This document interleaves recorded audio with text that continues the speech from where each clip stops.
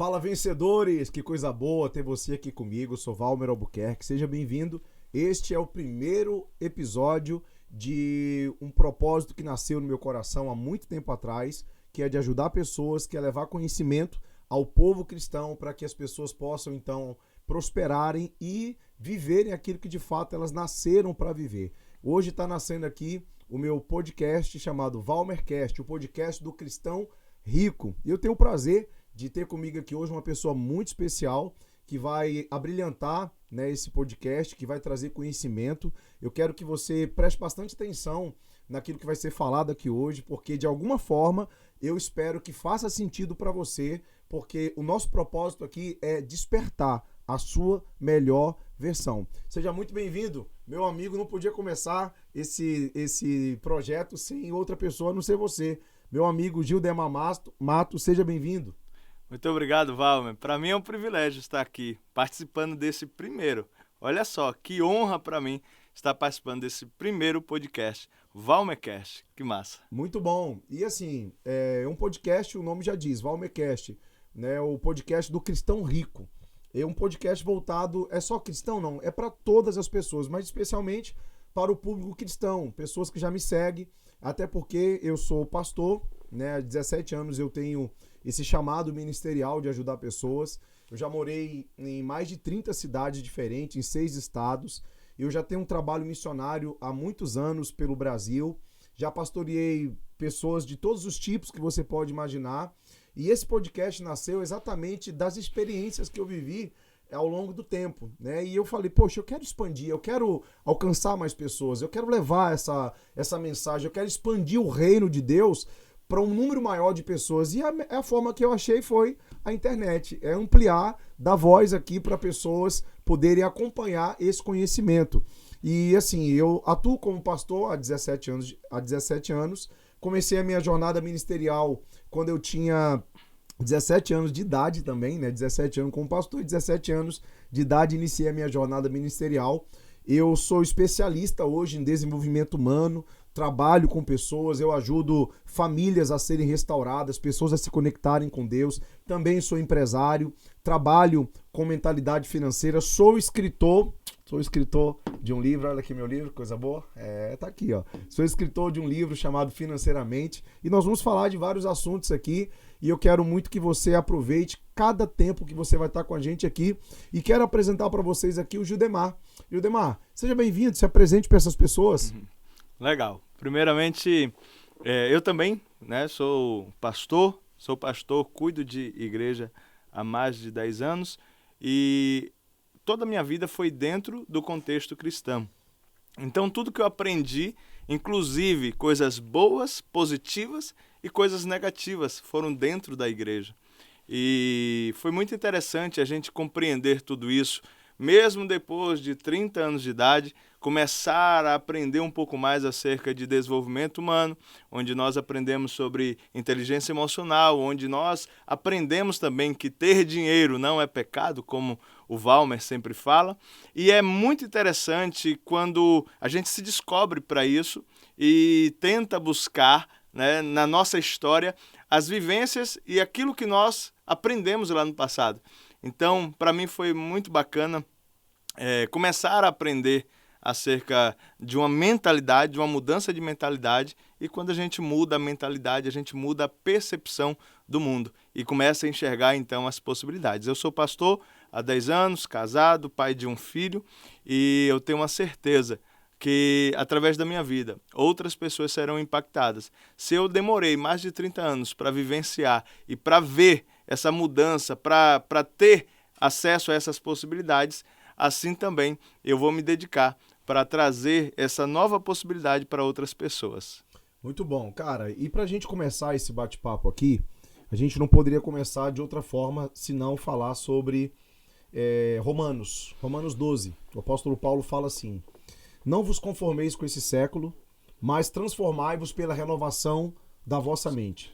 Então, assim, quando o apóstolo Paulo fala lá de renovação da mente, hoje, nós sabemos que a mente, é possível você renovar a mente, cientificamente falando, já existem estudos que falam a respeito disso, mas lá atrás o apóstolo Paulo recebeu uma revelação de que a mente poderia ser reprogramada, ela poderia ser restaurada, ela poderia ser reconfigurada.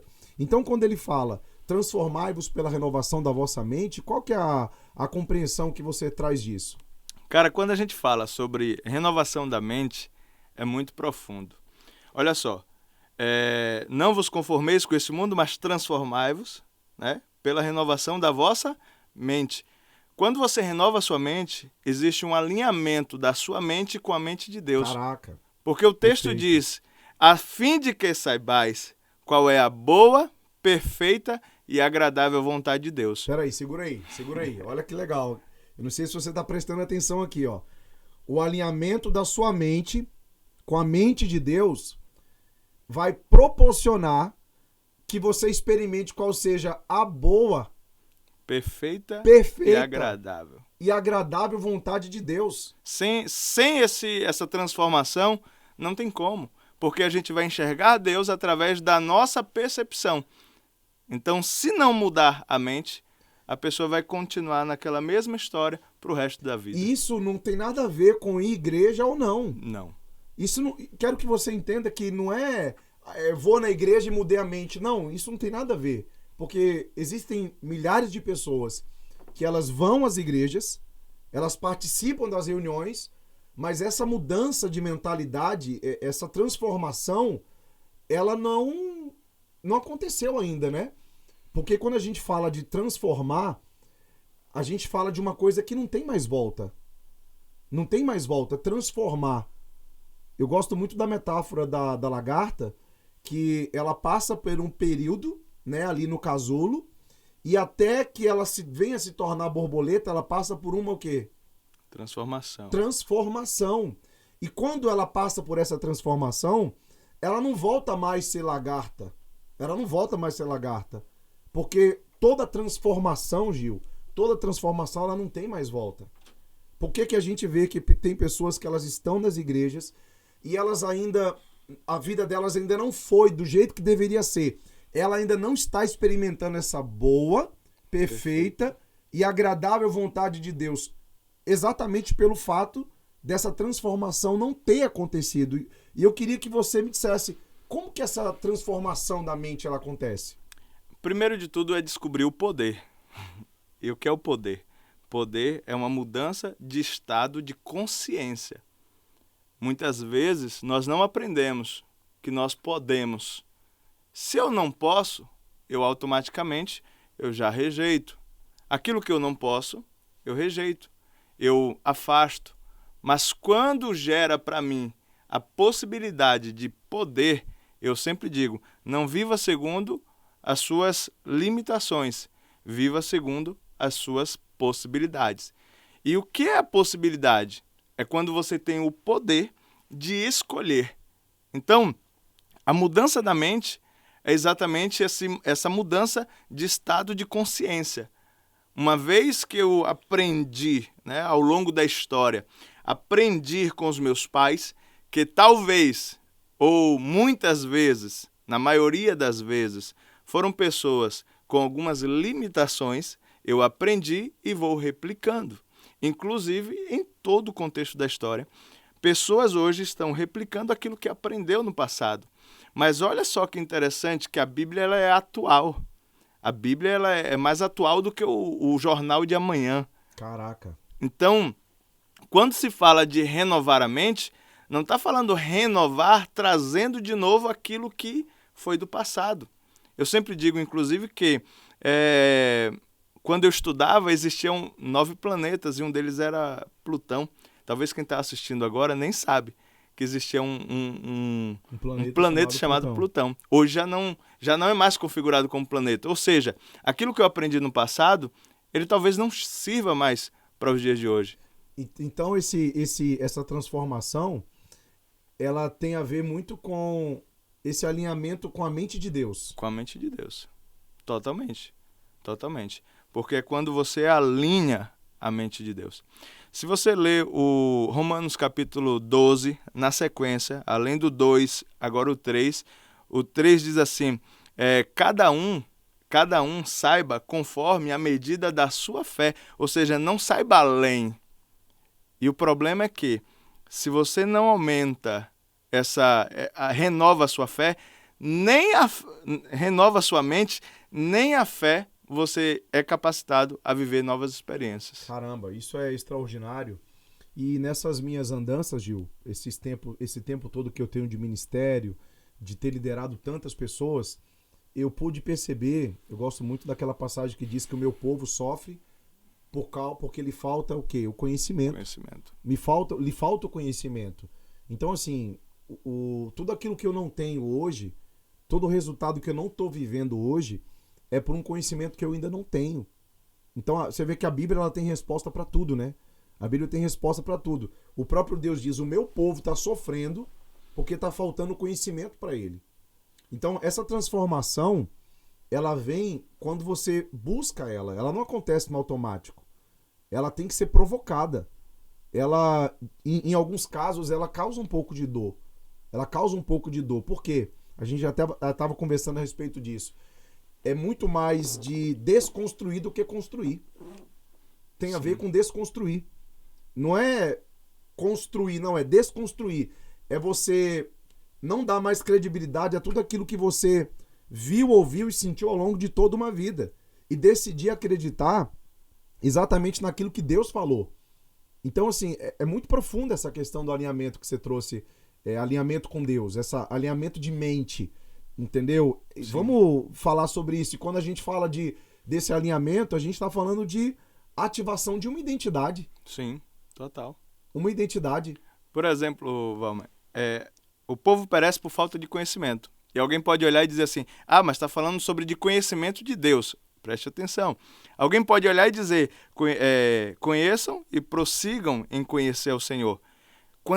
Quanto mais eu conheço ao Senhor, quanto mais eu conheço algo, mais eu me pareço com aquilo. Entende? Quanto mais eu conheço acerca de determinado assunto, mais eu vou me identificando e assimilando em mim. Então, quando mais eu conheço a Deus, eu conheço agora as virtudes de Deus. Deus é um Deus poderoso, dono do ouro e da prata. Olha aí. Deus, ele é um Deus próspero, não um Deus de miséria. Olha a construção, olha a construção de identidade, olha a construção do alinhamento da mente. Começa pela mente, e aí eu começo a replicar. Qual é a grande questão da riqueza? É a grande possibilidade de você criar. Deus é o Criador. Quando eu passo a identificar e a conhecer mais de Deus, eu começo a gerar em mim criações. Então, através do alinhamento, do conhecer mais de Deus, eu vou conhecer mais de mim. Então, vai falar sobre o autoconhecimento. Porque eu não vou ver Deus na ótica que meus pais. Não vou enxergar Deus na ótica das pessoas do passado que estavam 100% certas. Mas quanto mais eu conheço, mais eu aprendo. E aí eu vou começar a identificar as características de Deus e identificar que nós somos imagem e semelhança. De domínio, governo, prosperidade. Aonde Deus coloca as mãos, não tem como não prosperar. Assim também somos nós. Legal. E quando a gente fala de identidade, né, eu gosto muito de falar da construção da nossa identidade, né? Existe a identidade estabelecida por Deus, aquela que Deus falou que nós somos, e existe a identidade que ela é fruto das nossas experiências, do ambiente e das pessoas que a gente conviveu, né? Vamos trazer aqui agora uma explicação legal para essa galera sobre identidade. Quando a gente fala de identidade, por exemplo, tem pessoas agora que elas falam assim, tá bom, mas eu sou a imagem e semelhança de Deus. Mas não é eu sou a imagem e semelhança de Deus, não é o falar em si, não, é você entender na essência.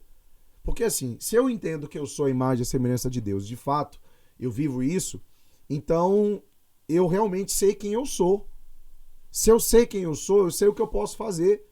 Eu sei o que eu posso fazer, eu não preciso mais da aprovação do outro. Durante muito tempo, Gil, eu sofri com um bloqueio emocional chamado necessidade de aprovação. Eu tinha vários conflitos internos dentro de mim. Eu era um cara que não conseguia falar em público, você vê, hoje uma das minhas melhores habilidades é falar em público. Uma das melhores habilidades que eu tenho hoje é falar para pessoas. Já ministrei para uma pessoa, já ministrei para quase 10 mil pessoas. Em que mundo de possibilidades lá atrás eu imaginava que isso seria possível? Não. Eu tinha uma autoimagem muito pobre a respeito de mim mesmo. A forma como eu me via, incapaz, eu era um cara extremamente inseguro na minha identidade. Eu era um pouco gago. Eu cheguei a um período da minha vida que eu era gago. Eu não conseguia completar, olhar nos olhos, igual eu tô olhando para você aqui, era uma grande dificuldade. Mas eu sou de um contexto em que eu entrei na igreja, eu conheci o evangelho com 12 anos de idade. 12 anos de idade. Mas mesmo no evangelho, esses questionamentos existiam dentro de mim. Por quê? Eles foram frutos de quê? Das experiências que eu vivi. Tudo aquilo que eu vivi no meu passado. Todas as dores que eu passei. As dificuldades, as aflições, o contexto familiar. Então, aquilo ali tudo foi criando em mim uma identidade disfuncional. Então, assim, por exemplo, na escola, eu sempre fui o aluno que tirava as piores notas. Nunca fui o cara que tirava as melhores notas na escola. Eu tinha dificuldade de aprendizado. Por quê? Porque eu ouvi muito de algumas professoras. Olha, interessante o que eu vou falar para vocês. Eu ouvi muito de algumas professoras que eu era burro. Eu ouvi da minha mãe que eu não fazia nada direito. Você é burro, menino. Você é burro. Então eu cresci com essa ideia de que eu era burro. Então uma crença de capacidade, que eu não tinha muita capacidade. Se eu chegasse no ambiente acadêmico, por exemplo, um ambiente acadêmico onde várias pessoas elas tinham cursado faculdade, falavam muito bem, aquilo ali me travava imediatamente. Porque eu lembrava logo da onde? Da infância. Lembrava da minha escola. Então tudo isso que eu passei foram as experiências que eu vivi. Construiu essa minha identidade. Quando eu comecei a realmente entender quem eu era, porque até então me preocupava com o que as pessoas achavam a meu respeito, eu ficava preso na opinião alheia, né? O que você achava sobre mim fazia muito sentido, porque eu não entendia quem eu era. Então, como eu não sei quem eu sou, eu preciso de você para saber quem eu sou. Então, uma identidade disfuncional. Entende? Sobre esses bloqueios, o que uma identidade disfuncional causa em alguém. E aí, essas situações, esses bloqueios que eu fui tendo na minha vida, foi me travando. Quando eu comecei a entender realmente quem eu era, e aí esse contexto foi mudado. Você também veio de um contexto assim, né? Sim. Eu vim de um contexto onde nem em minha casa eu tinha cama, entende? Na casa onde eu morava eu não tinha cama. Então, existiam muitos bloqueios, principalmente pela escassez, né, que se vivia. E é muito interessante isso, porque uma das maiores dificuldades que eu tive ao longo da vida foi livrar-me da escassez. O que é a escassez? É, de fato, você não se sentir merecedor de usufruir de algo que é seu por direito. Você começou a falar e eu lembrei. Você conhece a árvore pelos frutos. E interessante que por mais que uma árvore não esteja dando fruto, você não vai deixar de identificar ela como uma árvore, por exemplo, uma mangueira, ela dá manga, Sim. Certo? Mas você não deixa de identificar, ela pode não estar frutificando. Um dinheiro, uma nota de R$100, ele pode estar amassado, ele pode estar sujo, né, pisado, mas ele não perde o seu valor. Só que o problema é quando você não identifica o valor que você tem. E aí olha uma nota de R$100 que está perfeita e diz assim, aquela ali tem mais valor do que eu. Então a identidade ele é muito bom, muito ela não importante. Deixou de ser uma nota de 100. Não perdeu o valor, mas ela só não se identifica por conta de quê? De comparações. E toda comparação ela é injusta. E a comparação ela é fruto de uma identidade disfuncional, né? Total. toda comparação ela é injusta. A maior injustiça que existe é quando você compara alguém com alguém. Então, e o pior de tudo é quando você não tem a identidade formada e vive se comparando. Mas isso começa desde a infância. Por exemplo, mamãe fazia o quê? Fazia comparações. Olha para fulano obedece a mãe dele. Olha para ciclano, ciclano faz aquilo que manda. Olha para lá como ele se comporta. Então é sempre com base de comparações. E aí imagina um cara que cresce o tempo todo com base de comparações. Então ele não identifica o valor que ele tem e aí vai ficar sujeito àquilo que os outros dizem. As opiniões alheias vão fazer com que ele não identifique quem ele é e o valor que ele tenha. Cara, que legal essa tua colocação, né? A pessoa não entender o próprio valor. E assim, existem muitas pessoas agora nesse momento, Gil, que estão nos acompanhando, que elas estão exatamente com esse questionamento. Elas não conseguem entender o valor que elas têm e por conta disso, elas estão se sujeitando a situações de humilhação. Tem gente agora que está se sujeitando a situação de miséria. De miséria. Tem pessoas agora que elas acreditam em Deus. Olha que legal. Não digo legal, mas assim, olha que interessante. Eu fiz trabalho social durante muito tempo, em vários estados por onde eu passei. E assim, grande parte das pessoas onde eu fazia trabalho social, com moradores de rua, essas pessoas, todas elas, na grande maioria, se você perguntasse e começasse a falar de Deus para elas falavam o versículo completo. Se você começasse a falar, ela terminava o versículo e ela continuava falando de Deus para você. Ela falava de Deus para você. Você ia falar de Deus para ela e ela falava para você, devolvia de volta. Você vê um conhecimento sobre a palavra, um conhecimento sobre, né, o que a palavra diz, mas um senso de não merecimento, de não entender o valor que ela tem e se sujeitando a uma situação de quê? De dor, de humilhação. Eu trouxe esse contexto dos moradores de rua, mas existem homens agora, mulheres, que estão numa bela de uma casa, estão passando assim por vários problemas exatamente por não entenderem o valor que tem. E quando eu não entendo o valor que eu tenho, eu preciso que o outro me valorize. Sim. Olha só que interessante. João capítulo 10 diz, a parte B do versículo diz: eu vim para que tenham vida e a tenham em abundância. A prosperidade daquele que conhece a Jesus, ela é extremamente natural. A prosperidade, a vida abundante. Mas olha só a parte A do mesmo versículo.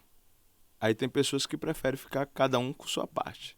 O que é mais importante, o que tem mais sentido para ela. O texto diz, a parte A: o ladrão vem, senão a roubar, matar e destruir.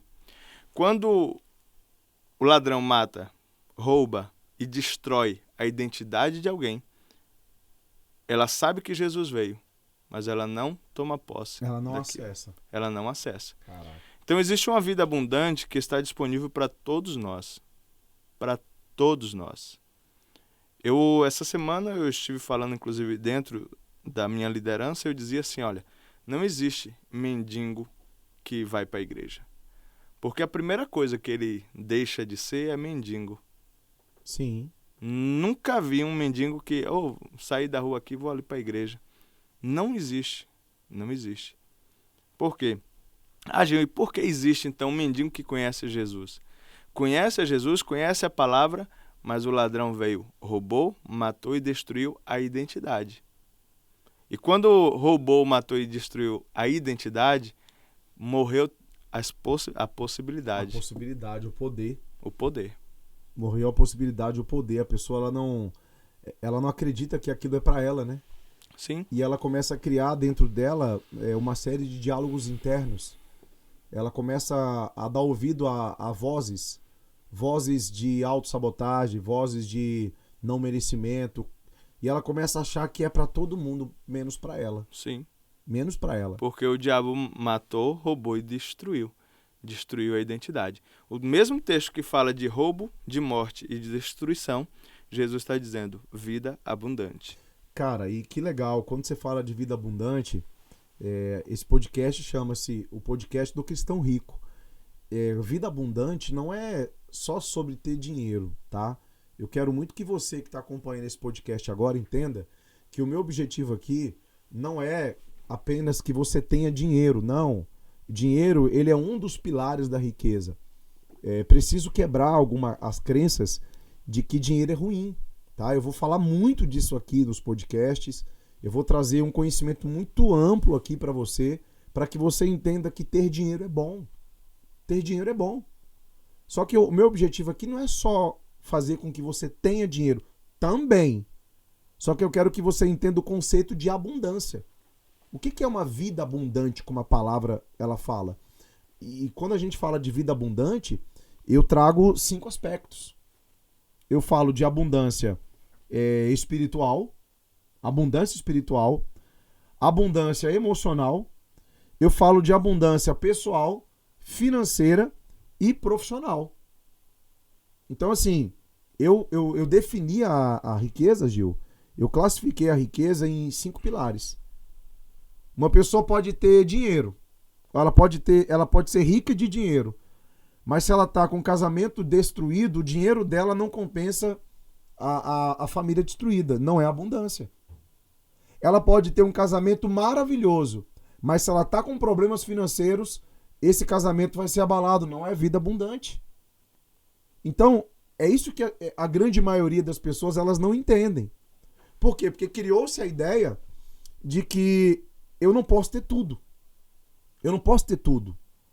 Você já deve ter ouvido aquele ditado que diz: sorte no amor, azar no jogo. Azar no jogo. Sorte no amor, azar no jogo. Ninguém tem tudo, né? Ninguém tem tudo nessa vida. Não tem como. Por que não tem tudo? Mas a Bíblia está dizendo de vida abundante. Vida abundante.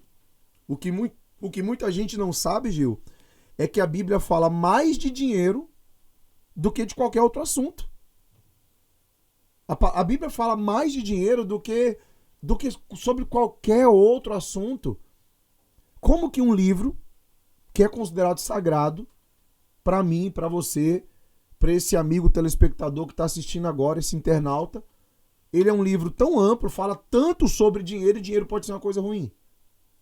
Olha, interessante muito quando se fala sobre isso é que a única disputa que existe em uma comparação é quando o homem serve a 2 senhores.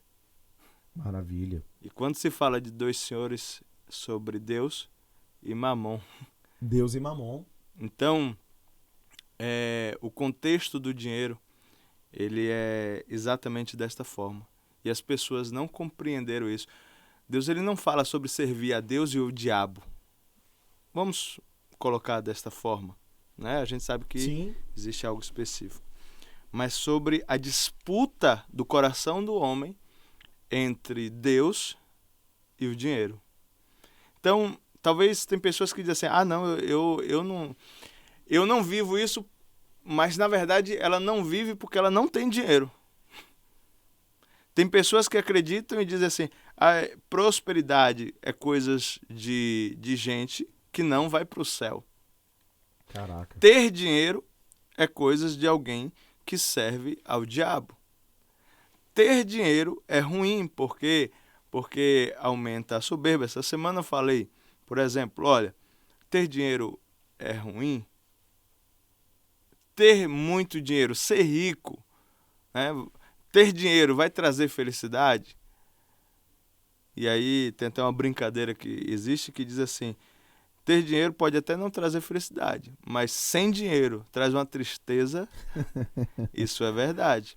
Mas o que eu quero dizer com isso? É que a maior parte das pessoas, elas rejeitam. Lembra aquilo que eu não entendo, eu acabo rejeitando? E no contexto, inclusive cristão, a gente sempre vai levar, o cristão sempre vai levar para a área espiritual.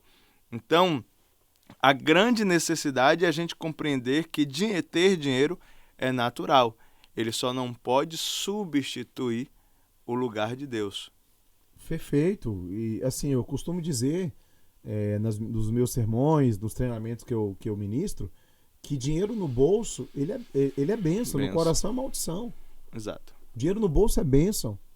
Então, assim, a abundância é você ter dinheiro. Você ter dinheiro, ter condição de viver uma vida boa, tranquila com a sua família. A gente tá vivendo hoje num tempo, cara, que não dá pra ficar sem dinheiro. Como é que você vai viver nos dias de hoje sem dinheiro? Tudo que você precisa hoje é pago. Se você precisa de um médico de qualidade, é pago. Se você quer comer uma comida de qualidade, é pago. Nada é de graça. Tudo hoje exige o dinheiro. E aí, o que eu quero que você que está acompanhando aqui esse vídeo entenda? Ter dinheiro é bom. Mas não é só ter dinheiro. Inclusive, Valmer, quando se fala de ter dinheiro, o dinheiro não pode governar a sua vida. Mas se você não tem dinheiro, o dinheiro governa a vida. Com certeza. Se você não tem dinheiro, o dinheiro está governando a sua vida, porque você poderia colocar o seu filho numa melhor escola, mas não coloca por quê? Porque não tem dinheiro. Faltou o recurso. Então, se o dinheiro te impede, é o dinheiro que está mandando. Entende? Que, por exemplo, se eu quero morar numa melhor casa, eu quero, é o meu sonho, mas eu não tenho o quê? Dinheiro. É a mesma coisa de o pai. Você não pode, eu não deixo você. Então tem pessoas que estão dizendo assim, mas eu não vou ser governado pelo dinheiro. E talvez está sendo governado pelo dinheiro, pela ausência do dinheiro.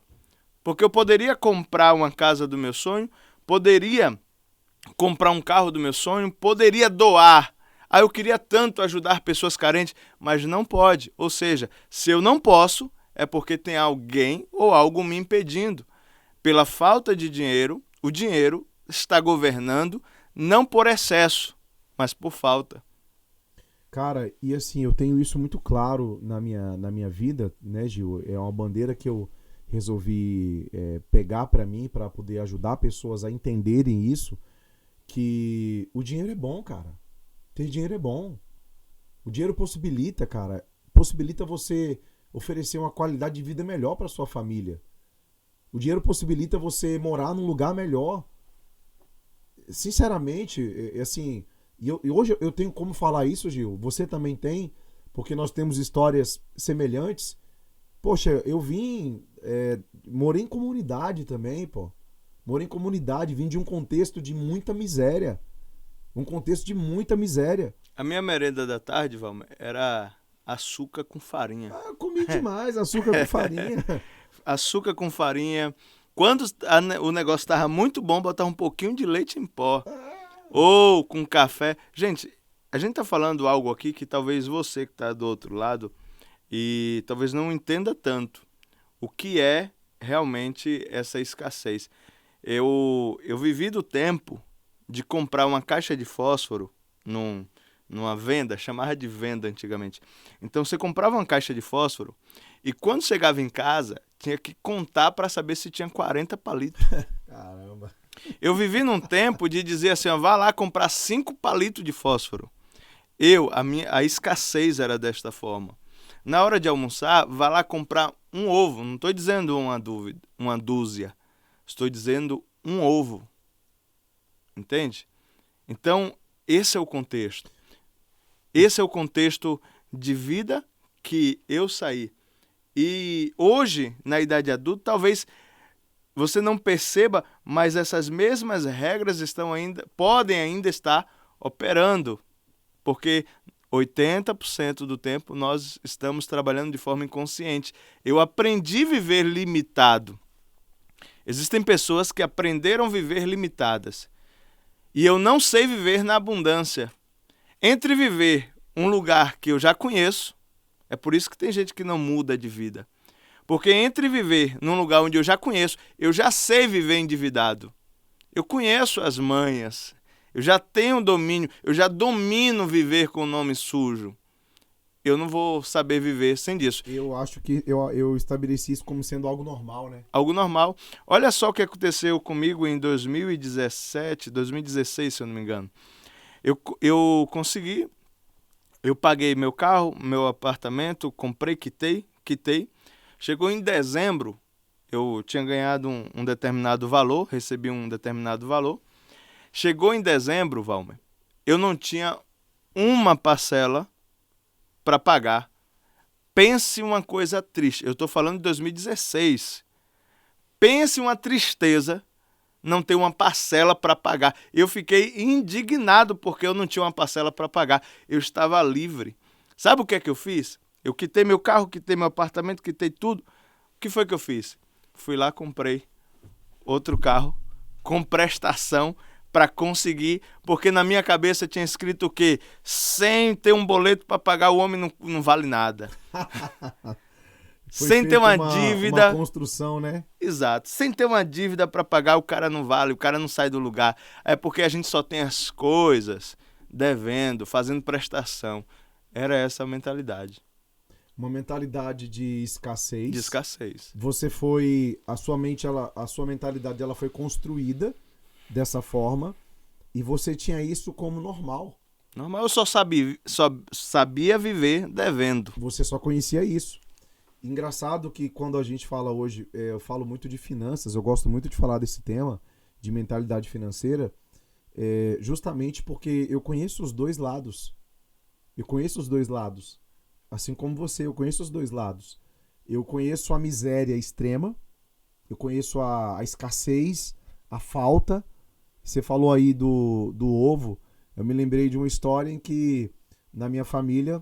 Eu era muito pequeno isso, eu devia ter... Olha como que alguns eventos emocionais marcam a nossa vida. Eu deveria ter, por média, de uns 4 para 5 anos de idade.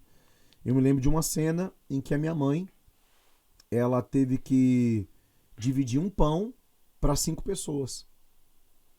Não é um pão para cada pessoa, é um pão para 5 pessoas. A minha mãe comprou um pão e ela foi lá e dividiu esse pão. Metade para um irmão, nós éramos 4 irmãos. Minha mãe dividiu um para cada um, cara. E aí eu me lembro que quando minha mãe deu o meu pedaço, eu sou o filho mais velho, eu olhei para minha mãe naquele momento ali e eu vi a minha mãe sem nada e eu chorei. Eu chorei naquele momento, eu falei, cara, eu era muito moleque, não mãe, eu não quero não, pega o meu. Então assim, olha da onde eu vim, olha a situação que eu já vivi. Porque essa pessoa que tá acompanhando a gente hoje fala, mas isso é fácil, esses caras ir pra internet, ficar falando um monte de coisa. Cara, eu sei o que eu tô falando. Só que assim, desde pequeno eu sempre tive essa vontade de querer mais, sabe, essa garra. Eu sempre tive essa ideia de que aquilo não era pra mim. Recentemente eu tive a oportunidade de visitar o lugar onde eu cresci boa parte da minha vida. E, cara, eu comecei a entrar no lugar, né? A nossa memória, ela é ativada, ela é sensorial, ativada pelo cheiro, ela é ativada pelas imagens que você vê. E aí eu entrei no lugar onde eu cresci, basicamente, e passou um filme na minha cabeça. Eu falei, cara, eu vim daqui. Eu vim daqui. Onde eu tô hoje. Eu vim daqui. Eu sou um improvável. Verdade. Eu sou um total improvável. Porque eu olhei o contexto da onde eu saí. Pessoas que conviveram comigo morreram, amigos meus, infelizmente, foram assassinados. Tiveram a sua vida perdida. Fui no enterro de alguns deles. Eu tive primos meus que eram envolvidos com tráfico de drogas. Morreram por conta do crime. E eu passei por tudo isso. E venci. Dei a volta por cima. E eu falo, cara, assim, engraçado que eu estive lá e encontrei pessoas que estão no mesmo lugar. No mesmo lugar de quase 30 anos atrás. A pessoa é como se ela estivesse parada no tempo. No mesmo lugar. No mesmo lugar. Com a mesma vida, do mesmo jeito. E com as mesmas roupas. Com as mesmas roupas. Aí eu fiquei pensando, eu falei, e eu comecei a fazer uns questionamentos pra mim, falando, por que essa pessoa continua aqui? Aí eu cheguei à conclusão, não houve uma metanoia. Não houve. Não houve uma mudança de mentalidade. a identidade dessa pessoa não foi estabelecida. Ela não entende que ela pode mais. Ela não entende que a vida dela não precisa ser daquele jeito. Poxa, você que está acompanhando agora esse podcast, a sua vida não tem que ser do jeito que tem sido. Eu não sei qual é o contexto que você está vivendo. Eu não sei como é que está a sua vida hoje, sua família, seu casamento, suas finanças. Como é que está hoje a sua vida financeira? Como é que estão os teus resultados? Como é que está a tua família? Talvez você está me acompanhando aqui e fala assim, poxa, tá ruim. Não tem que ser assim. Talvez é o normal que essa pessoa entende é esse. O normal de dor. O normal de falta. O normal de aperto.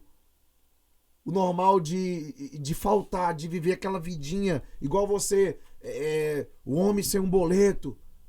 Você ficou triste, ficou chateado porque faltou o boleto. Mas uma crença que estava dentro de você, entende? Exato. Olha só que interessante. Eu, quando visito o bairro que eu cresci, eu vejo as mesmas pessoas sentadas nos mesmos lugares com as mesmas pessoas.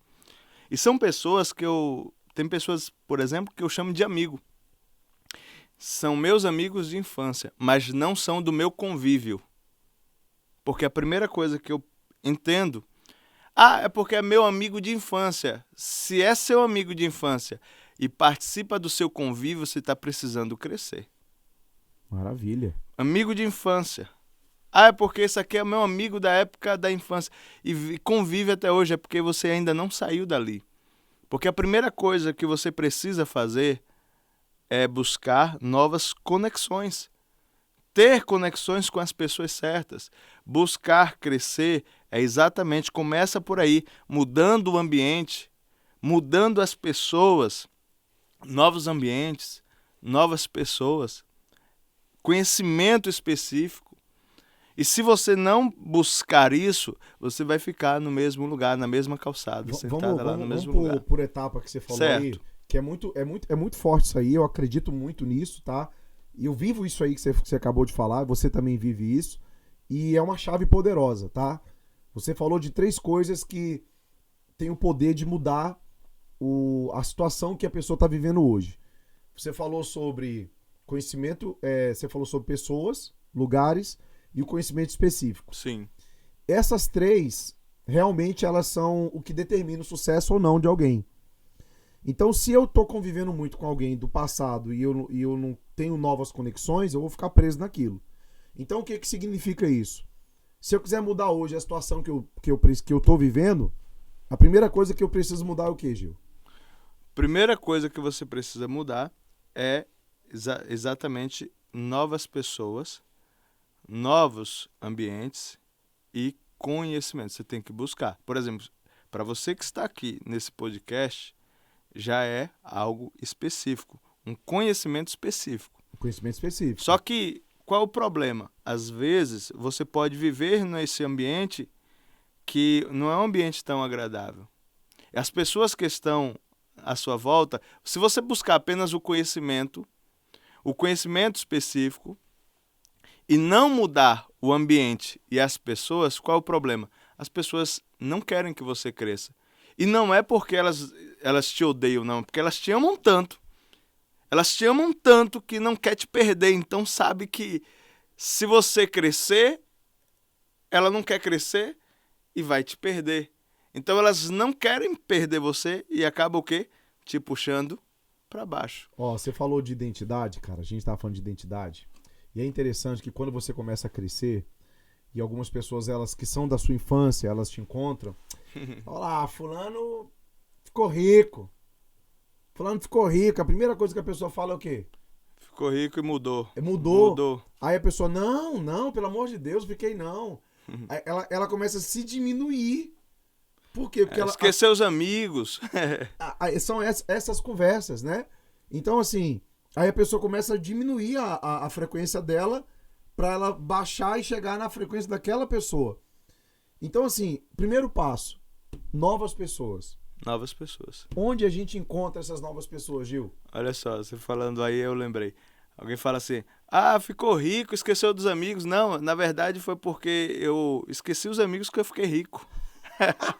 Essa foi boa. Porque se não tivesse esquecido esses amigos, estaria no mesmo lugar. Estaria no mesmo lugar. Então, o grande contexto é esse. Existe algo, Valmer, que a gente chama da seguinte forma. Imagina alguém que é um trem Maria Fumaça, sabe? Maria Fumaça. Anda lá, tchuc, tchuc, tchuc, tchuc. Anda lá 20 km por hora. Existe um trilho. Esse trilho está preparado para quê? Para uma Maria Fumaça de 20 km por hora. E a pessoa, ela passa por um processo de transformação, que foi o que nós falamos aqui. E agora ela já não é mais um trilho, ou ela já não é mais um trem Maria Fumaça. Agora ela é um trem bala. Aí ela se prepara, ela cresce, ela evolui, ela muda a mente, aproveitando aqui do livro Financeiramente, que é legal, muito, parabéns o tema do livro. Ela muda e agora ela é o quê? Um trem bala. Aí ela se preparou todo, só que aí agora ela vai voltar para o trilho. Só que o trilho não tem capacidade para ela desenvolver a velocidade que ela tem. Então ela é um trem bala se comportando num trilho de Maria Fumaça. Caramba. Então, não basta só ter o conhecimento. Eu conheço muitas pessoas que fazem faculdade de direito, fazem faculdade de não sei lá o quê, e aí volta para o mesmo trilho. E aí vai virar o quê? Vai virar caixa de supermercado, nada contra ser caixa de supermercado, nada contra, mas não vai trabalhar naquilo que ela sabe, naquilo que ela aprendeu, naquilo que ela desenvolveu. Por quê? Porque ela voltou para o trilho onde ela estava. E ela é um trem-bala na velocidade de Maria Fumaça. Então, o grande contexto não é só o conhecimento ele mas precisa se mudar o ambiente. Onde eu encontro o ambiente específico, onde tem mais trens-balas. Eu preciso encontrar, se eu quero voar com águias, eu preciso encontrar onde estão essas águias? Os ninhos das águias. Os ninhos das águias. Perfeito. Então, para eu me conectar com novas pessoas, eu preciso entender onde estão. Porque assim, a gente vai se conectar com pessoas... Agora, detalhe, né? Uma coisa muito importante. Você nunca vai se conectar com uma pessoa que você não admira ela. E um grande problema que a gente vê hoje é que existe muita gente, ela tem uma ideia errada sobre os ricos. Que a gente está falando de riqueza, falando de prosperidade. Se eu tenho uma crença errada a respeito de riqueza, eu não vou me aproximar dessas pessoas. Porque rico é boçal, Rico é boçal, é snob, é chato. O rico pisa nas pessoas, né? Riqueza foi construída debaixo de roubo. Se é rico é porque tá roubando. Então, se eu tenho essas ideias na minha mente, se eu não passei por uma metanoia, por uma mudança de mentalidade, por uma transformação, dificilmente eu vou conseguir chegar nessas pessoas. Então a primeira coisa, de fato, é trabalhar essas questões internas, né, Gil? Sim. Trabalhar essas questões internas para que quando você se chegar perto dessas pessoas, não seja por interesse. As pessoas se aproximam com pessoas ricas ou pessoas primeiro, com o pensamento, a mentalidade de necessitado. Perfeito. Então isso afasta.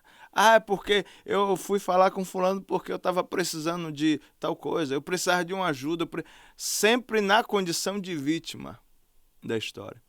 Só que quando você muda a mentalidade, você já não se comporta mais como vítima. Você se comporta como protagonista. Tem pessoas que se aproximar de alguém que tem dinheiro, que tem posse, que é autoridade de alguma maneira, essa pessoa começa a tremer. Começa a tremer, cara, porque eu sou necessitado. Eu preciso, eu estou ali como a mente de escravo, de escasso. E aí aquela pessoa é melhor, é maior. Aí vive a comparação. Então, quando eu trago na mente, eu vivo essa mudança da mente, já não há mais comparação, porque cada um tem uma história diferente. Aí a gente volta pro início. Olha que profundo, a gente volta pro início. Transformai-vos pela renovação da vossa mente. O alinhamento, enquanto esse alinhamento não acontecer com a mente de Deus, esse pensamento de escassez sempre vai estar presente. E eu quero que esse amigo que está acompanhando agora entenda que no céu não tem escassez, cara. No céu não tem escassez. Eu vi alguém dizer assim, não tem como todo mundo ser rico. Fato. É claro, tudo bem. O recurso é limitado da humanidade para que todos sejam ricos. Ok. Só que se eu parto desse princípio que todo mundo pode ser rico e eu me incluo no meio desse todo mundo, tá falando mais sobre mim do que sobre todo mundo. Então, primeira coisa, eu preciso entender quem eu sou. Quem eu sou. Eu preciso entender a minha origem. Eu preciso olhar para dentro. Eu preciso fazer uma autoimagem. O Jesus, antes das pessoas participar da ceia, o que ele falava? Examina, pois, o homem a si mesmo. Sim. Ou seja, o homem tem que ser aquele que examina a si mesmo. E o que é examinar a si mesmo? É olhar para dentro. Isso. E Gil, sinceramente, a maior dificuldade hoje que a gente tem no meio do povo cristão é essa questão de olhar para dentro. Não é de olhar para o outro. É de olhar para dentro e entender o que está me travando, o que está impedindo que eu vá para frente. É ter uma conversa franca com Deus para poder entender se eu sou a imagem e semelhança do Criador, se eu nasci para governo, por que eu não estou governando? O Salmo 8, versículo 5, Davi estava tendo uma conversa, né? Ele começa a contemplar os céus, ele fala assim: ó Senhor nosso, quão magnífico em toda parte, em toda a terra é o teu nome, pois expuseste nos céus a tua majestade. Ou seja, o Senhor colocou no céu a tua grandeza. De boca de pequeninos e crianças de peito suscitaste força por causa dos seus adversários, para fazeres emudecer o inimigo e o vingador. Aí Davi, ele começa a olhar para as estrelas. Ele fala assim: quando eu contemplo os teus céus, obra dos teus dedos. Então Davi reconhece que o céu é a criação de Deus, é a obra da criação de Deus. Deus fez o céu. E a lua e as estrelas que estabeleceste, ou seja, Davi ele começa a parar, ele observa, ele começa a ver. Se você quiser entender um pouco sobre a grandeza de Deus, quem é o Deus de quem nós estamos falando aqui, de quem é o Deus que a gente está falando, começa a olhar para o céu. Para um pouco, principalmente naquele dia em que tiver bastante estrelas, para e olha para as estrelas. Davi fez isso, ele começou a olhar para as estrelas e falou assim: quem é o homem para que dele te lembres? E o filho do homem para que o visites? Davi falou: mas quem é o homem? Bom, esse Deus é muito grande. Recentemente, Gil, eu vi um telescópio que eles criaram uma lente de aproximação, uma lente que foi capaz, eu não sei se você chegou a ver essa reportagem, uma lente tão poderosa que ela foi capaz de enxergar nas estrelas e além de um buraco negro. Você chegou a ver essa reportagem? Não vi. Que ela chegou no fundo de um buraco negro. A lente viajou anos e anos luz de distância, ela captou a imagem do fundo de um buraco negro. Se você parar, Gil, para você olhar o universo, o tamanho que é o universo, você se perde. E Davi se perdeu olhando e falando: caramba, quem é o homem para que dele te lembres? E o filho do homem para que o visite? Aí Davi fala assim: olha, cara, não é à toa que Davi, ele foi o homem segundo o coração de Deus, porque essa revelação que Davi teve aqui é profunda demais. Ele diz: fizeste-o, no entanto, por um pouco menor do que Deus, e de glória e de honra o coroaste. Então Davi falou: o homem foi feito um pouco menor do que Deus. O que está escrito em Gênesis 1:26? Façamos o homem conforme a nossa imagem, a nossa semelhança. Então, eu sou um pouco menor do que Deus. Se eu sou um pouco menor do que Deus, Gil, eu sou maior do que qualquer situação e dificuldade que eu estou vivendo. Eu não sou um erro. Eu não sou um erro. Ah, mas eu nasci por obra do acaso. Não foi obra do acaso. Antes mesmo que eu nascesse, eu já existia no coração de Deus. Lá em Jeremias, o que Jeremias fala? Quando Jeremias fala, Senhor, mas eu não passo de uma criança. Eu não sei falar. O que Deus fala para ele lá? Jeremias, antes mesmo de você nascer, eu já sabia quem você era. Vai lá e fala. Aí Davi vem e fala, de glória e de honra o coroaste. Quando a gente fala de glória e de honra, a gente tá falando de quê, Gil? Tá falando de governo. Governo, reino. De governo e reino. Lá em Gênesis, versículo 28, capítulo 1, diz, e Deus abençoou e disse, frutificai e multiplicai. Ou seja, existe uma bênção sobre as nossas vidas. Diz assim, e abençoou Deus e disse, frutificai e multiplicai. Peraí. Deus já abençoou. Já está abençoado. Já estou abençoado. Com a característica de frutificar, lembra dos frutos? Frutificar e multiplicar. E domínio, porque o texto ainda diz, dominai sobre os peixes do mar, sobre as aves do céu, tará. Então, o homem tem, por características, abençoado, a bênção de Deus, a frutificação, a multiplicação e o domínio, que são características, o domínio especificamente de governo. Governo, identidade aqui, ó. Deste-lhe domínio, olha isso, deste-lhe domínio sobre as obras das tuas mãos. Davi está dizendo, o Senhor deu domínio sobre as obras das tuas mãos para o homem. Então, governo, quando fala governar, e quando a gente fala de governo e fala de domínio, a gente fala, isso dá pra gente abranger em todos os aspectos. Dá pra gente falar sobre família, dá pra gente falar sobre dominar as emoções. Sim. Gil, grande parte dos problemas que muita gente tem vivido é de origem emocional. Emocional. Inclusive a falta de dinheiro. A falta de dinheiro, tá tudo ligado. Por exemplo, existem pessoas, como eu falei, que elas só sabem viver na escassez. Então, quando tá tudo bem, a pessoa precisa alimentar um vício. E existem os vícios emocionais. O que são os vícios emocionais? É aquilo que eu preciso. Vício é aquilo que eu necessito. Eu preciso para viver, entende? Você diz assim, eu sou viciado em café. Se eu não tomar café, eu fico com dor de cabeça, o dia não começou. Isso é um vício, eu preciso para viver. Então existem pessoas que o vício emocional dela é viver de uma forma desregrada. Não existe... Gastar mais do que pode. Não existe equilíbrio, entende? Existe o quê? Excessos. Então, tudo aquilo que se torna excesso, ele é um vício. E esse vício, ele é manifestado na questão emocional. Eu tenho uma frase que eu digo que todo excesso esconde uma falta. Total. Todo excesso esconde uma falta. Então, o vício emocional hoje está governando as pessoas através... entenda o seguinte, se você não governa... Você é governado. Você é governado. Fato. Se você não governa na parte financeira, se você não governa o dinheiro começa a governar você, seja pelo excesso, por ter, ou pelo não ter. Se você não governa as suas emoções, você é governado. Tem pessoas, por exemplo, que dizem assim, eu sou muito racional.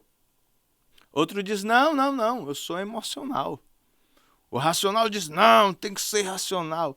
Só quantas pessoas você já feriu por ser racional? Não governar bem suas emoções. Talvez você diz assim, eu sou emocional. Quantas pessoas você já deu confiança e já te magoaram, te machucaram? O quanto você tem sido ferido. O quanto você tem sido ferido. O que é mais importante, ser racional ou emocional? Eu sempre pergunto, qual é a asa do avião mais importante, a direita ou a esquerda? E aí, pessoal, você que tá agora aí, qual que é a asa do avião que é a mais importante, a direita ou a esquerda, na sua visão? Pra você, o que é mais importante? Ser emocional ou ser racional? E aí, responde rápido aí. E aí? Então precisa haver um equilíbrio, porque os dois são importantes.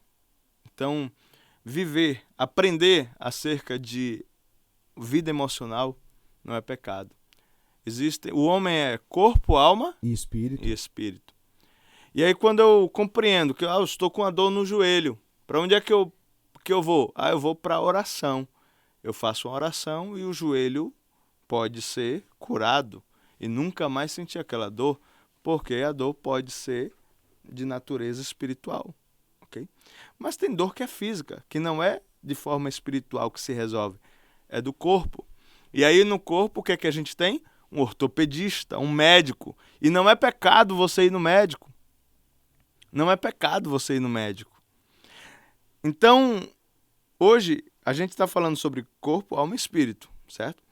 Então, se eu posso ir no médico para curar, para ajudar o meu joelho, inclusive médico, eu até digo, médico não cura, ele faz um ambiente propício para aquela cura acontecer. E assim também é a nossa alma, as nossas emoções. Tem coisas que a gente não domina sozinho. Então precisamos de alguém. Sim, Gil. Você pode curar tudo orando. Você pode curar tudo jejuando. Olha quantas pessoas estão tristes, cabisbaixa, entristecidas dentro da igreja. E não é falta de oração, não. Não é falta de oração. Elas oram muito, jejuam muito, mas continuam na dor. Sim. Continuam na dor. Continuam com a vida do mesmo jeito. E se você perceber, por exemplo, a questão da oração, hoje a gente pega uma reportagem, por exemplo, e vê ali alguém que foi preso. Geralmente é filho de um crente. O crente orou pelos filhos, orou por isso, só que tem questões emocionais nesta criança que não foi... Tem necessidades emocionais que não foram supridas. Não foram supridas. Não foram supridas. Filhos de crente não querem ser crentes. Por que será? Pastor, filhos de pastores não querem ser pastores. Cara, posso falar com bastante propriedade, você também, nós dois temos, né, somos ministros do evangelho. Cara, eu vi muitos filhos de pastor que nem na igreja ia direito. Nem na igreja ia direito. Que eram os piores adolescentes, as piores crianças da igreja, cara. Incrível isso. Como que o filho do pastor não era para ser o pior? Existe uma cobrança. A questão é, eu tenho um filho, meu filho tem 10 anos, você tem... A minha também. Tem filha de 10 anos e Sara tem 3 anos. Então, por exemplo, eu não posso cobrar do meu filho além daquilo que está dentro da sua idade. E tem pessoas que dizem assim, olha, você tem que se comportar. E se alguém chegar para o meu filho e dizer assim, mas você não pode fazer isso que você é o filho do pastor. Não é assim, não. Existem questões que precisam ser tratadas. E aí trata a criança com o que é que ela tem que fazer. E não trabalha o que é a identidade. Você tem que fazer isso, tem que fazer. E não tratou o que é a identidade. Porque quando você trata a identidade de uma criança... Você não precisa muito se preocupar naquilo que ele tem que fazer, da forma que ele tem que se comportar, porque ele sabe quem ele é, e quando ele sabe quem ele é, ele vai saber se comportar. Na idade adulta, ele vai saber o que fazer, ele vai saber também o que ele pode ter. Entende? Sim, faz sentido. Total. Então não é a oração, não é por muita ou por pouca oração. Inclusive, por exemplo, até o próprio texto diz que a mulher, quando se trata de jejum, inclusive até de relações sexuais, ela tem que ser um curto prazo, um período ali, para que não atrapalhe o casamento. Então, a oração não vai resolver alguns problemas aqui. Eu não estou anulando, com isso eu não estou anulando o poder da oração. Não, a oração. Eu estou dizendo... A oração é poderosa. Eu só estou dizendo que são contextos diferentes. E se você acha que pode tratar... eu estou orando pelo meu filho. Você está dando amor pelo seu filho? Mas eu amo meu filho. O seu filho se sente amado com o amor que você dá? Caraca, isso é profundo. Meu pai... eu tinha um pai, meu pai morreu, eu tinha 16 anos de idade. E meu pai era aquele cara que, tipo, dava a pensão. Ele cumpria o papel de pai dando a pensão. Então ele dava a pensão no mês quando ele podia ou quando ele estava empregado. E ele cumpria o papel de pai na cabeça dele.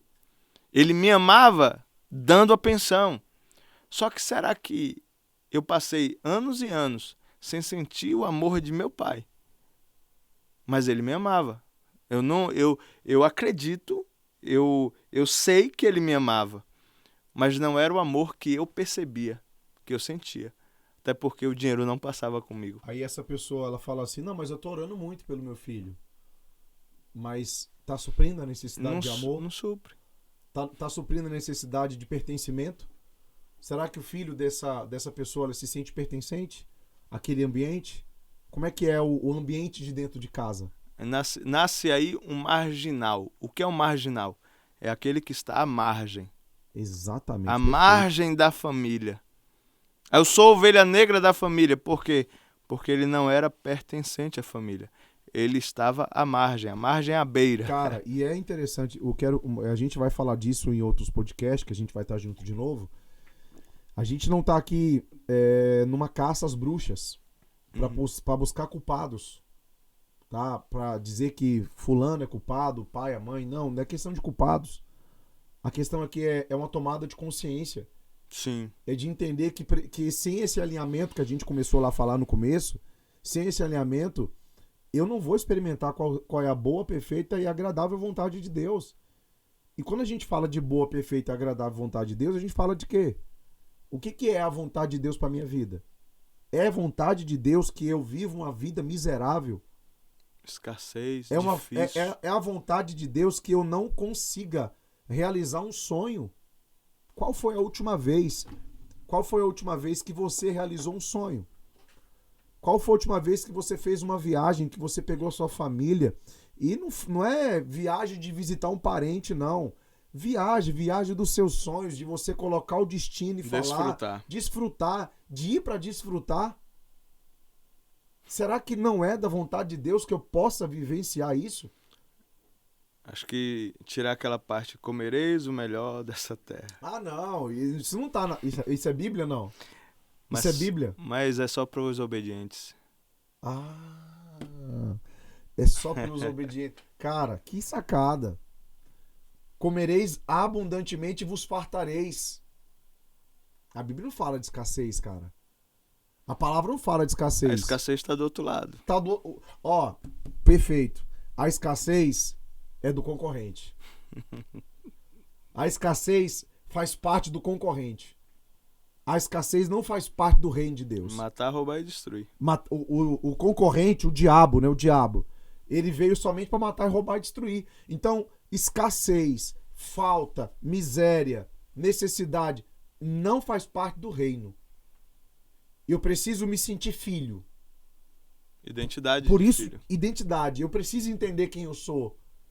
Eu preciso entender que quando Davi fala aqui, ó, que fizeste, no entanto, por um pouco menor do que Deus, tá falando de mim. Eu preciso olhar para a palavra e me reconhecer. Eu preciso olhar para esse texto e falar, tá falando de mim. Eu sou um pouco menor do que Deus. Eu nasci para governar, nasci para dominar. Eu preciso me ver. Davi tinha a identidade de filho antes de sentar na mesa, que ele dizia o quê? Caraca, perfeito. Prepara uma mesa na presença dos meus... Ele já sabia que existia uma mesa preparada para ele. Então, todo o contexto bíblico e olha que ele fala, unge o meu cálice e o quê?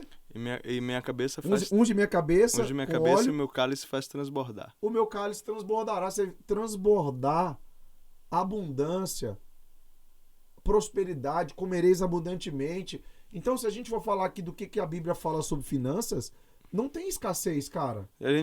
A escassez está na mente. A escassez está na mente. Existia o filho pródigo, que aí acho que a gente passaria aqui anos e anos falando sobre isso. Existia o filho pródigo, que ele pega tudo que ele tem antes do tempo e vai, e gasta tudo. Mas existe o outro filho, que ele fica em casa.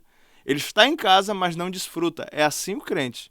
o crente que não desfruta, que acha que ter dinheiro é pecado, aquele que não quer crescer porque acha que vai ser demais. E aí o crente que ficou em casa, o filho que ficou em casa, que servia e não desfrutava. Ó, desculpa te interromper. Sim, fala. O crente que vê o outro trocando de carro e fala, que desperdício. Pra que isso? Pra que isso? Tá se amostrando. Tá se amostrando. A pessoa aparece com a roupa nova na igreja lá, o fulano é metido. Olha só.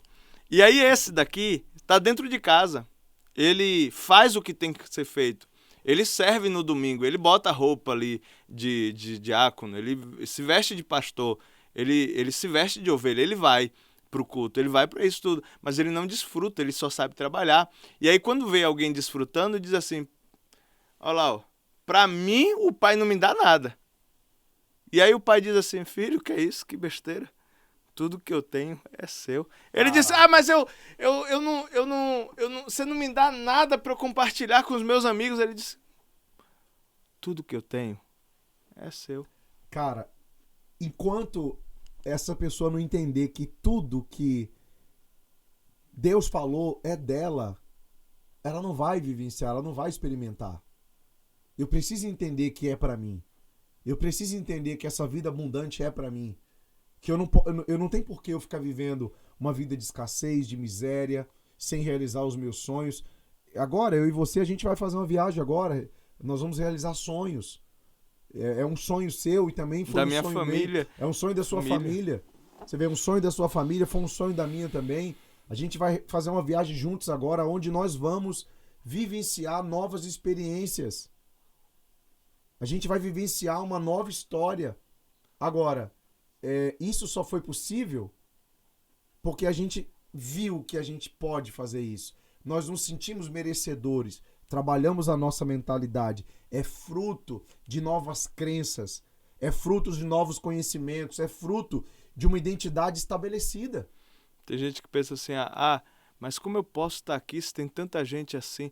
Gente, esse foi o pensamento daquele que estava na lama, que disse, mas eu estou aqui servindo aos porcos, sendo que os trabalhadores de meu pai estão trabalhando. Então, a mentalidade, não se sinta culpado por desfrutar. Não se sinta culpado porque alguém precisa... Não, seja você um exemplo para que outras pessoas também possam prosperar. Maravilha, maravilha. Que fantástico. Então, esse podcast, ele tá só no início, tá? Nós estamos aqui, vamos trazer uma série de conteúdos aqui para poder mudar a sua mentalidade, para que realmente você entenda que você nasceu para prosperar, você nasceu para governo, você é alguém chamado por Deus para viver uma nova história. Você não é refém daquilo que lhe aconteceu. Não tem por que você viver um contexto de miséria, de dor, de sofrimento. Não tem por que você viver um contexto de falta. Você pode viver abundância. Agora, é um processo. É um processo. Você tem que pagar o preço. Você tem que mudar o que tem dentro de você. A oração é extremamente importante. A oração ela é o elo que nos conecta a Deus. Mas além da oração, o que você está fazendo? Além da oração, o que você está fazendo mais? Qual tipo de conhecimento? Já viu aquele ditado? Diga-me com quem andas que eu direi quem és. Me fala o que você está lendo, que eu vou saber onde é que você vai chegar. Me fala quem são as pessoas que você está convivendo, que você está conversando. Me fala qual tipo de filme, qual tipo de série que você assiste. Fala para mim qual que é o tipo de pessoa que você está andando, que eu vou dizer para você onde é que você vai chegar. Quer mudar a sua vida? Quer mudar os seus resultados? Você tem que mudar a sua mentalidade. Gil, muitíssimo obrigado pela tua disponibilidade de vir aqui hoje. Para mim é um grande prazer, um privilégio estar com você aqui. Você é um cara, assim, é meu irmão, é um cara muito querido e eu sou extremamente grato por você estar aqui hoje. É só o começo. Gil, você é um cara extraordinário que me motiva muito, me coloca pra cima o tempo todo. É o poder das conexões, né? Sim. Como que nós somos seres influenciáveis. Então você é esse cara que me influencia, que me ajuda, que me inspira. Eu tenho uma gratidão imensa por você e que Deus te abençoe. Gratidão por estar aqui. Valeu, Valmer. Para mim, na verdade, é um privilégio ver esse sonho nascendo, né? Que vai conectar com tantas pessoas, vão ajudar muitas pessoas. E eu tenho uma dica para dar para você que está aí assistindo. Através do livro Financeiramente. É um passo. Eu falo, né, lógico, que é uma opinião minha. Vai te ajudar muito. Você cristão, se conecta com esse livro. Vai ler esse livro. Vai aprender o capítulo especificamente que fala sobre espiritualidade, né, e finança. Vai destravar, vai mudar totalmente o seu conceito. E a primeira coisa que você precisa fazer para você realmente viver esse alinhamento da sua mente com a mente de Cristo, com a mente de Deus, é exatamente a metanoia, a mudança da mente que está escrito aí através das linhas desse livro. É grandioso, poderoso e vai te ajudar. Maravilha. Tá aqui, ó. Esse livro aqui, eu sou um dos autores, tá? Ele é um conjunto de autores que escreveu esse livro. E eu escrevo o capítulo que fala sobre finanças e espiritualidade. Eu convido você a adquirir um livro desse aqui. Inclusive, se você quiser, me chama no direct, que eu vou separar um para você. É aqui, ó. Começa aqui. Aí alguém diz, mas eu não tenho dinheiro para poder investir em conhecimento. Na verdade, eu vou fazer um ateno aqui, uma interrupção. Você não tem dinheiro para investir em conhecimento. Na verdade, você não tem conhecimento e é por isso que não tem dinheiro. Pegou essa aí? Pegou essa daí? Eu espero que tenha feito sentido para você. Gratidão imensa, que Deus te abençoe. Conte comigo, eu sou o seu coach, eu sou o seu treinador, eu quero ser o seu mentor, eu quero ser a pessoa que vai pegar na tua mão e vai te levar para uma nova fase. Eu quero te ajudar a jogar o jogo do resultado. Qual jogo você está jogando? Qual jogo você vem jogando? O jogo da escassez? O jogo da falta? O jogo das dívidas? Qual é o jogo que você vem jogando? Eu quero levar você a jogar o jogo da abundância, o jogo da prosperidade, o jogo aonde você realiza sonhos, assim como eu também estou realizando. Que Deus te abençoe. Fique na paz.